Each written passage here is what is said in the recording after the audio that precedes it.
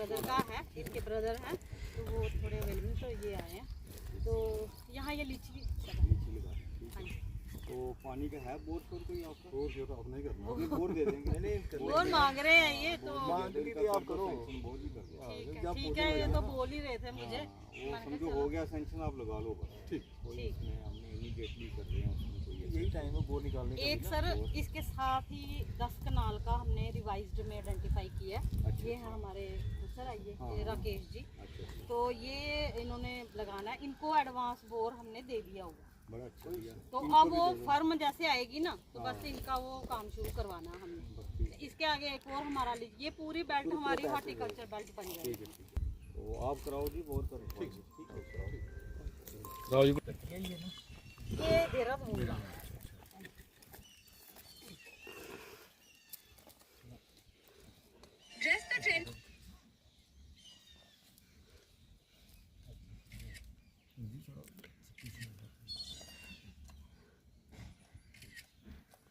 तो पानी दे दो, ये है बाल्टी पीछे।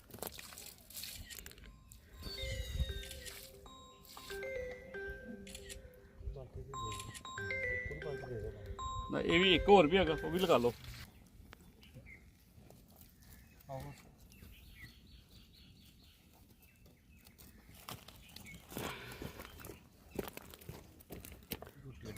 स्टिकिंग कर रही है करो इसको अभी इसी टाइम, क्योंकि बाद में तो स्टिकिंग नहीं होगी प्रॉपर। एक बेटर टाइम होता है कि जब प्लांटेशन करवाई जाए, तो मोस्टली हम देखेंगे हार्टिकल्चर में काफ़ी स्कोप है और आपकी तरफ से भी काफ़ी प्रमोट किया जा रहा है जितने भी हार्टिकल्चरिस्ट हैं। तो क्या प्लान है कठुआ डिस्ट्रिक्ट में, कितने प्लांट्स लगाएंगे, कितने आप चिट तैयार करेंगे और फार्मर्स को क्या क्या बेनिफिट? देखो ऐसा है कि जो डिपार्टमेंट ऑफ हॉर्टिकल्चर की तरफ से किसानों के लिए बहुत सारी स्कीमें चलाई जा रही हैं। मेन उद्देश्य इन स्कीमों का ये है कि ज़्यादा से ज़्यादा किसान बागवानी की तरफ आकर्षित हों। इसी संदर्भ में आज हमने, जैसे आपने सुना होगा, होलिस्टिक एग्रीकल्चर डेवलपमेंट एक प्रोग्राम माननीय उपराज्यपाल श्री मनोज सिन्हा जी की तरफ से उनके कर कमलों से एक इनिशिएटिव लिया गया और सरकार इसको आगे बढ़ाते हुए हम आज ज़िले का दौरा रखा है, क्योंकि मानसून आपको पता आने वाली है। रेनी सीजन से पहले ही किसानों को थोड़ा सेंसिटाइज किया जाए कि जो डिपार्टमेंट की स्कीमों का उनका फ़ायदा कैसे लिया जाए।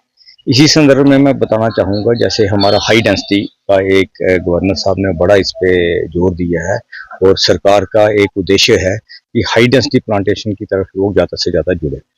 इसमें हमने 2 स्कीमें चला रखी हैं, जिसमें रिवाइज मॉडिफाइड हाई डेंसिटी है, जिसमें 50% का एक पैकेज है पूरा बाग लगाने का, जिसमें उसको प्लांट्स पर भी सब्सिडी है, ड्रिप इरीगेशन पर सब्सिडी है, लैंड प्रिपरेशन पर अपना आपका वर्मी कंपोस्टिंग है, IPM INM है, स्प्रे के लिए केमिकल्स दिए जा रहे हैं। There is complete package for this. उसके बाद एक स्कीम है हमारी 80% सब्सिडी पर, उसको एरिया एक्सपेंशन कहते हैं। उस स्कीम का ये उद्देश्य है कि ज़्यादा से ज़्यादा लोग बागवानी के साथ जुड़े, तो उसके लिए उनको इनिशियली हम 80% सब्सिडी देते हैं, ताकि जो स्मॉल और मार्जिनल फार्मर है, गरीब किसान थोड़ा जो नहीं अफोर्ड कर सकता, वो कम से कम एक बागवानी का तरफ जुड़े, एक लिंक उसका बने, ताकि उसको पता चले कि बागवानी का जो व्यवसाय करने से मेरी माली हालत कितनी अच्छी हो सकती है। खेती के साथ साथ हम किसी फार्मर को डिस्करेज नहीं करते कि अगर आप खेती भी कर रहे हो कि उसको मत करो।